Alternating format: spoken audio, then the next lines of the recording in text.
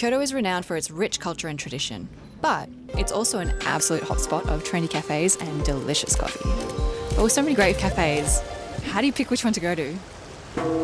I'm not a coffee expert, but I do know who is. So today we're going to go on a journey to find the best cafes in Kyoto. But here's the twist. We're going to be letting the baristas of Kyoto decide where we're going. So we're starting at a cafe recommended by a barista friend, and then once we drink the coffee there, we're going to ask the barista to recommend us another cafe. Then we're going to go there and repeat the process, and you get the idea. Let's go!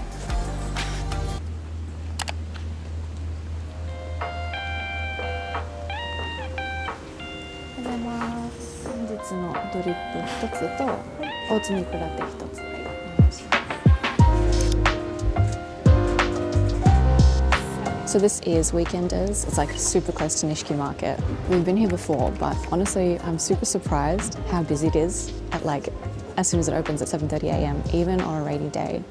The coffee's great.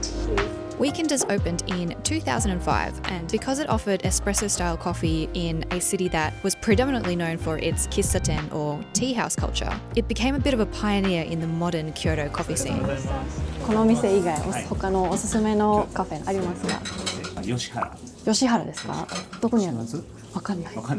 二条城の近くに。二条城、あ、はい、わかりました。この吉原と、あと東寺の近くにスールカット。スールカットですか？新しくできたところです。ああ、そうですか。行ってみます。ありがとうございます。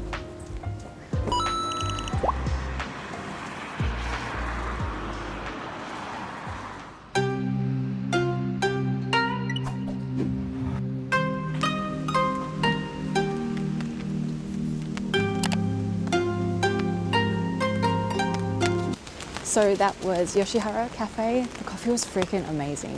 I didn't actually get any shots of the coffees themselves because they asked people not to film inside, but I got an oat milk cappuccino and Kay got a Honduras drip.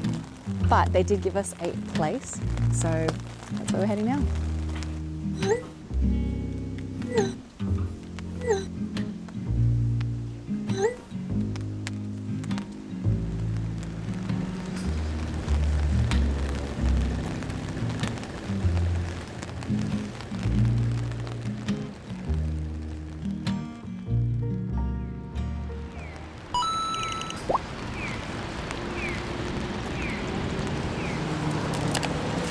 Next up is a place called Soul Cat Coffee Kyoto.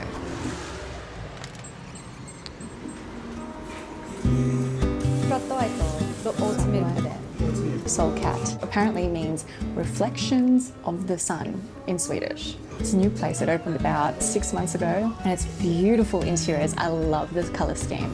And the barista or owner here is super, super friendly and welcoming. And he makes a flat white and an Irish coffee. So this is the Irish coffee and this is the oat milk flat white. The owner worked in Germany, and when he was opening his own cafe here, he wanted to bring a bit of that coffee culture to Kyoto and create a space where people could relax and have a chat while enjoying their coffee. Oh, the alcohol. That's so good. You're gonna love this. Try it. Wow, うまい。絶妙の甘さ。Alright, so we're going to finish the coffees and then we're going to ask him for his recommendation in Kyoto. そうですね、センティーロさん。センティーロ。はい。彼らもすごいもう僕がコーヒー始めた時からずっとやってる方々なんで、夫婦でされてて、はい、すごい温かいコーヒーを、まあその温度じゃなくてね、味わいが温かいコーヒーを出さはるお店なんで、はい、ありがとうございます。行ってみます。はい、ぜひ。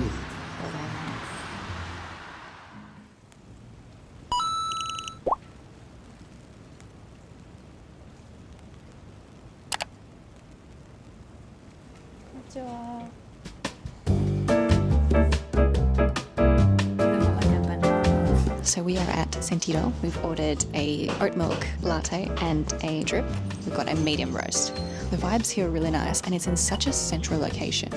Really good. And this place opens at 7 a.m. in the morning, which is so good and so rare, I feel like, in Japan. Another special thing about Sentido is that you can taste test the roasts, so you can pick the one that you like the best for your coffee. This was super helpful for me as someone who doesn't know what she wants. every customer that leaves here leaves with a smile on their face, which is really cute to see. There's this really like welcoming communal energy here, like a lot of people are coming in and greeting other customers. Yeah, it just feels like a really warm community vibe, which is really pleasant. この店以外他のおすすめなカフェあります？いっぱいあるんで。あ、そうなんですね。アイオライトコーヒーさんとか。あ、アイオライトですか。はい。新しく焙煎機しちゃったんで。はい、行ってみます。ありがとうございます。ごちそうさまでした。ありがとうございます。Oh, it was so lovely.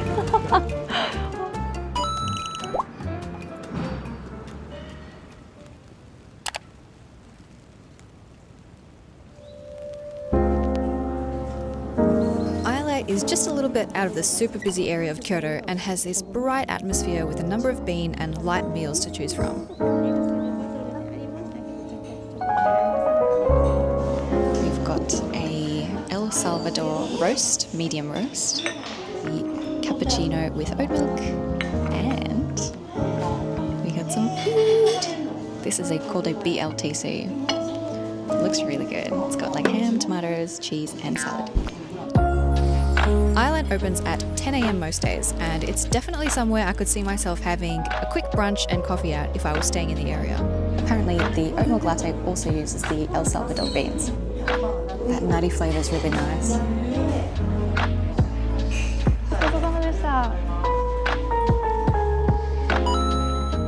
While we were moving around Kyoto and filming this video, I kind of felt like people, locals and tourists alike, were much more aware of our filming. Maybe it's because a lot of the places were located in or around touristy areas, or maybe it's because of recent headlines like the Gion restrictions, or personal previous bad experiences, I'm not sure. It was just a vague feeling. We are super grateful to all the cafes that participated, and we discovered some absolute gems thanks to them. But after some thought, we decided it might be best to just hit pause on this video for now, specifically in the areas of Kyoto experiencing a bit of tourism fatigue, because we don't want to be making anyone feel uncomfortable with our presence or filming. That being said, I do want to go over the great cafes we did cover. Obviously, we started at Weekenders, which is pretty well known. They have great coffee. It's in a great location, but it is very, very popular, and it's mostly standing seating, which, I mean, when it's raining, like when we were there, it's just kind of difficult to find somewhere to set yourself up.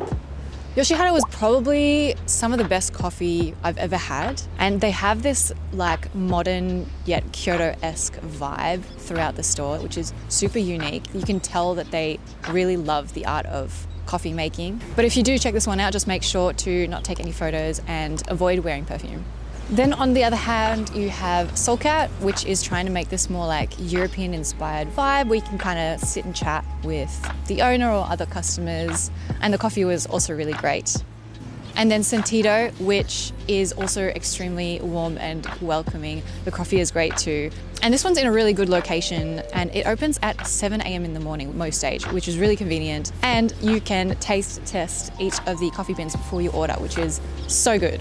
And then Islight was such a bright atmosphere with great customer service. They really go out of their way. The roast that we tried had this really gorgeous nutty vibe. It was amazing. Yeah, just such a vibe. Honestly, I couldn't pick a favorite from the ones we went to. They're each so unique and different in their own way. I think it just kind of depends on what you prefer personally or where you're located at the time. But yeah, this is by no means an exhaustive list, but I hope it's helped giving you some ideas for your trip. But yeah, if you have any other Kyoto cafes that you really like, chuck them down in the comments below. But thanks for watching, and we'll see you in the next one. よいしょ。